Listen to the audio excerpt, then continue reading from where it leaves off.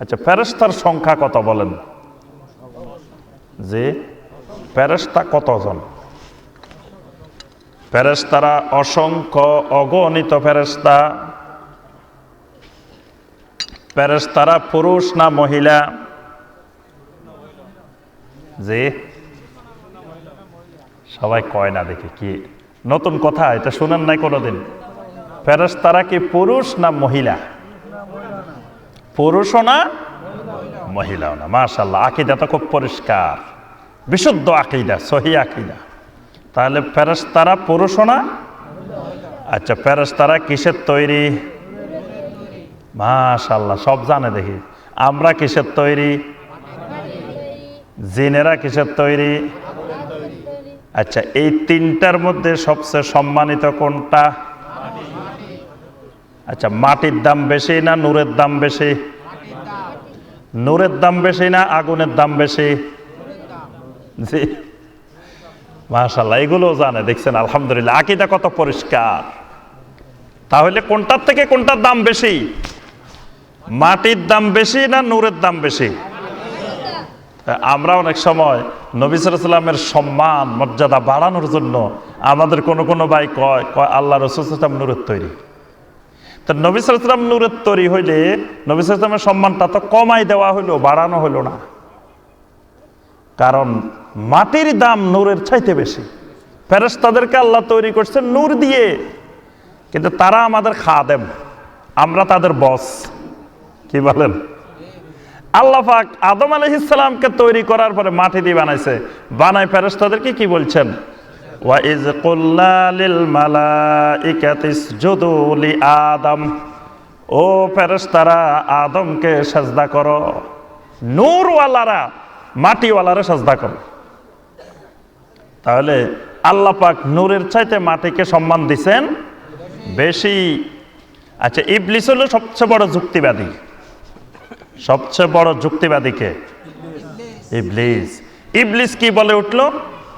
খালাকতানি মিন Narine ওয়া খালাকতাহু মিন তিন। আয় আল্লাহ, আমাকে বানাইছো তুমি আগুন দিয়ে, ওরে বানাইছো তুমি মাটি দিয়ে। আগুনের থেকে মাটির দাম বেশি না, মাটির থেকে আগুনের দাম বেশি। সুতরাং ও আমারে সাজদা করব, আমি তারে সাজদা করতে পারি না। তার যুক্তি কিন্তু ঠিক আছে, যুক্তি কিন্তু কারেক্ট।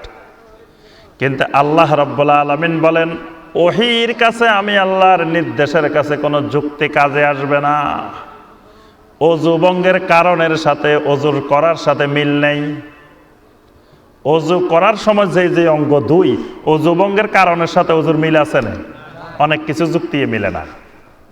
এজন্য ইসলাম যুক্তিতে চলে না, ইসলাম কিসে চলে? ওহীতে চলে, দলিলে চলে, ওহীতে চলে।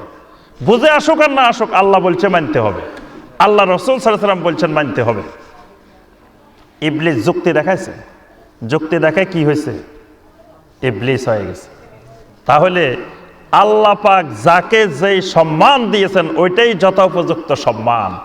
নিজের থেকে মন গড়া কারো সম্মান বাড়াইতে গেলে সম্মান কমে যায়, উল্টা বাড়ে না। এটা খেয়াল রাখতে হবে। তাহলে ফেরেশতারা কিসের তৈরি? নূরের তৈরি। মাশাআল্লাহ। আচ্ছা, এবার বলেন ফেরেশতাদের কয়জনের নাম বলেন? ফেরেশতাদের যাদের আল্লাহ পাক নাম বলে দিয়েছেন তাদের নাম সহ ঈমান আনতে হবে। যাদের আল্লাহ পাক নাম বলেন নাই সেগুলোর নাম বিহীন ঈমান আনতে হবে। এজন্য আল্লাহ পাক যেগুলোর নাম বলছে এগুলোর নাম জানতে হবে। আচ্ছা, বলেন দেখি কাদের কাদের নাম আল্লাহ বলছেন? জিবরাইল আলাইহিস সালাম, মিকাইল আলাইহিস সালাম, তারপরে ইসরাফিল আলাইহিস সালাম, তারপরে আজরাইল। হ্যাঁ, কি আজরাইল আলাইহিস সালাম আছেন না একজন? এই জায়গায় বিশাল গলত। আজরাইল নামে কোনো ফেরেশতা নাই। তো বলে আর কারোরে চিনি আর না চিনি, আজরাইলের তো বেশি চিনি। কি বলেন? এক বাড়িতে যদি একজন মারা যাইতে পারে, ওই বাড়ির লোকেরা এমন ভয়ের মধ্যে থাকে, আহারে আজরাইল যে বাড়ি চিনে গেছে, কি মুশকিল। এই জন্য সবাই কান্নাকাটি করে, আহারে যদি আবার আজরাইল চলে আসে অবস্থাটা কি হবে। তাহলে আজরাইলেরই তো সবাই বেশি চিনি, কি বলেন? এখন বলে হুজুর আপনি কোন আজরাইলে নাই। অর্থাৎ আজরাইল নামে যে ফেরেশতা আমাদের সমাজে প্রচলিত, কোরআন এবং সুন্নাহর মধ্যে এই নামে কোনো ফেরেশতা নাই। মৃত্যুর জন্য যে ফেরেশতা, এদের নাম হলো মালাকুল মাউত। কি নাম? মালাকুল মাউত। এটা একটা আলাদা ডিপার্টমেন্ট। এখানে ফেরেশতারা, এই ডিপার্টমেন্টের ফেরেশতারা মৃত্যুর কাজ করে। মানুষের এবং সমস্ত মাখলুকাতের মৃত্যুর কাজগুলো এই ডিপার্টমেন্ট থেকে হয়। এই ডিপার্টমেন্টের নাম হলো ডিপার্টমেন্ট অফ মালাকুল মাউত। আজরাইল শব্দটা ইহুদিদের, ইসরায়েলিদের কোন কোন বইয়ের মধ্যে এই নামটা পাওয়া যায়। সেখান থেকে মুসলিম সমাজে পর্যায়ক্রমে এটা ছড়িয়ে পড়ছে, কিন্তু কোরআন এবং সুন্নাহর মধ্যে এই নামটা নাই। এটা ওই যে লেজ উল্টাইতে যাই দেখা গেছে যে এটা পাওয়া যায় না। লেজ উল্টানি বুঝেন তো? বাজারে গরু কিনতে গেলে লেজ উল্টাই দেখতে হয়, এটা গাই গরু না বলদ গরু। আপনি লেজ না উল্টাই যদি নিয়ে আসেন, আপনারে বলদ গরু গাই গরু বলে দিব, গাই গরু বলদ গরু বলে দিব। একটু যাচাই বাছাই করে আনতে হয়। এই জন্য আমরা লেজ উল্টাই দেখি না অনেক কিছু। শুনে শুনে আসতেছি বাপদাদার থেকে, পূর্বপুরুষ থেকে শুনতে শুনতে আসতেছি। হঠাৎ করে যদি শুনি, কইছি কিরে এতদিন শুনিয়ে আসি, এসব বড় বড় হুজুরেরা কি ভুল করছে নাকি? এত বড় বড় হুজুরেরা কইছে যেই হুজুরেরা গ্লাসের মধ্যে ফু দিলে গ্লাস ফাটে গেছে। কয় এখন বাংলাদেশের হুজুর সবগুলা মিলে যদি গ্লাস একটার মধ্যে ফু দে, গ্লাস একটা ফাটাতে পারবো না। আর ওই সময়কার হুজুরেরা গ্লাসে ফু দিলে সব ফাটে গেছে। সেই সব হুজুরেরা এইসব বলিয়ে আছে। আর নতুন নতুন হুজুর বাইরেছে, নতুন নতুন কথা কয়। নতুন কথা কয় না, নতুন হুজুরেরা একটু লেজ উল্টায় চাইছে, এটা বলদ গরু না গাই গরু। উল্টায় চায় যে এতদিন গাই গরু, এখন উল্টায় দেখে যে এটা বলদ গরু। বুঝতে পারছেন? কথা নতুন না, কথা আগের গুলাই। এই জন্য আজরাইল নামে কোনো ফেরেশতার নাম কোরআন এবং সুন্নাহয় আসে না। যদি কেউ পান তা আমাদেরকে দেখাইয়েন একটু। কারণ আল্লাহর জমিনে এখনো আল্লাহ পাক এমন আলেম রাখছে যারা বলে দিবে যে কোরআন হাদিসে নাই, আপনি মৃত্যু পর্যন্ত কোরআন হাদিসে খুঁজে খুঁজে আর পাইবেন না। এরকম আলেম আছে কি নাই? কোথায় আছে? বাংলাদেশে কোথায়? মদিনা মুনাওয়ারায় কোথায় আছে? এটাও জানে না। আলেম কিয়ামত পর্যন্ত মদিনা মুনাওয়ারায় থাকবো। আলেমের মার্কাজ, আলেমের কেন্দ্র মদিনা মুনাওয়ারা। দাজ্জাল মুক্ত এলেম, দাজ্জাল মুক্ত ঈমান, দাজ্জাল মুক্ত আমল মদিনা মুনাওয়ারায় পাওয়া যাবে। এজন্য আলেম ও আল্লাহ পাক এখনো বিশ্বের শ্রেষ্ঠ আলেম মদিনা মুনাওয়ারার মধ্যে আল্লাহ পাক রেখেছেন। সুবহানাল্লাহ। হজে গেলে একটু দেখে আসিয়েন ওইসব আলেমদের চেহারাগুলো, ওইসব আলেমদের একটু কথা শুনে আসিয়েন মসজিদে নববীতে বসে বসে। মসজিদে নববীতে তারা সারাদিন দার্স দেন। মসজিদে নববীটা একটা ইউনিভার্সিটি। এখানে আছেন শায়েখ আব্দুল মোহসেন আল আব্বাদ হাফেজাহুল্লাহ। আল্লাহ পাক তার হায়াতকে আরো বাড়াই দিন, তার এলেম এবং আমলের মধ্যে আল্লাহ পাক আরো বরকত দান করুন। 90-এর উপরে বয়স, মদিনার সকল মুহাদ্দিসের ওস্তাদ। উনি এখনো সহিয়াল বুখারীর দার্স দেন মসজিদে নববীতে। আলহামদুলিল্লাহ, আমি ওনার দার্সে কয়েকদিন বসার সুযোগ হয়েছে। এলেম কাকে বলে ওনাদের কথা শুনলে বোঝা যায়। আমরা এখনো ওনাদের ছাত্র হওয়ার যোগ্য হই নাই, কিন্তু মানে এখনো ছাত্র হওয়ার যোগ্য হই নাই। এখানে বসে লাফাইতে লাফাইতে মাইক ট্যাক সব ভাঙি ফেলাই। মদিনার আলেমদের সাথে যদি আপনার এলেমের, আপনার আমলের কোনো কিছু না মিলে, আপনি মদিনা যাই ওনাদের সাথে বাহাস করতে পারেন। কিন্তু মদিনা যাই বাহাস না করে বাংলাদেশে দেখবেন যে মাইক ট্যাক ভাঙি ফেলায়। আল্লাহু আকবার। উলামায়ে মদিনা জমিনে আল্লাহ পাক এই 1400 বছর ধরে আলেমের কেন্দ্রভূমি মদিনা মুনাওয়ারা রেখেছেন এবং কিয়ামত পর্যন্ত থাকবে। সারা দুনিয়াতে দাজ্জাল ঢুকবে, মদিনাতে দাজ্জাল ঢুকবে না। এখানে দাজ্জালের ফিতনা মুক্ত থাকবে।